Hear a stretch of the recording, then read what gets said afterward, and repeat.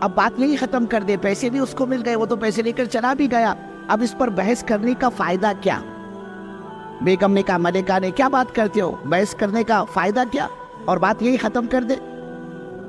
بادشاہ نے پوچھا کیا ہو سکتا ہے اب؟ کہا اس مچھلی کو واپس بلاؤ، اور اس مچھلی کو بلا کر یہ پوچھو یہ مچھلی نر ہے یا مادہ ہے؟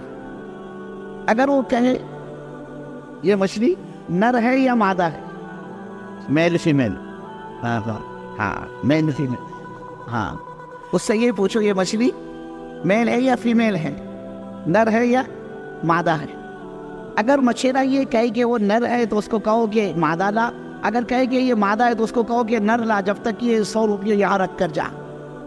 بادشاہ آ گیا گھر والی کے چکر میں، ملکہ کے چکر میں۔ اس نے ملکہ سے کہا ہاں زندگی میں تم نے پہلی مرتبہ عقل مندی کی بات کی۔ اس نے اس مچھرے کو بلائے۔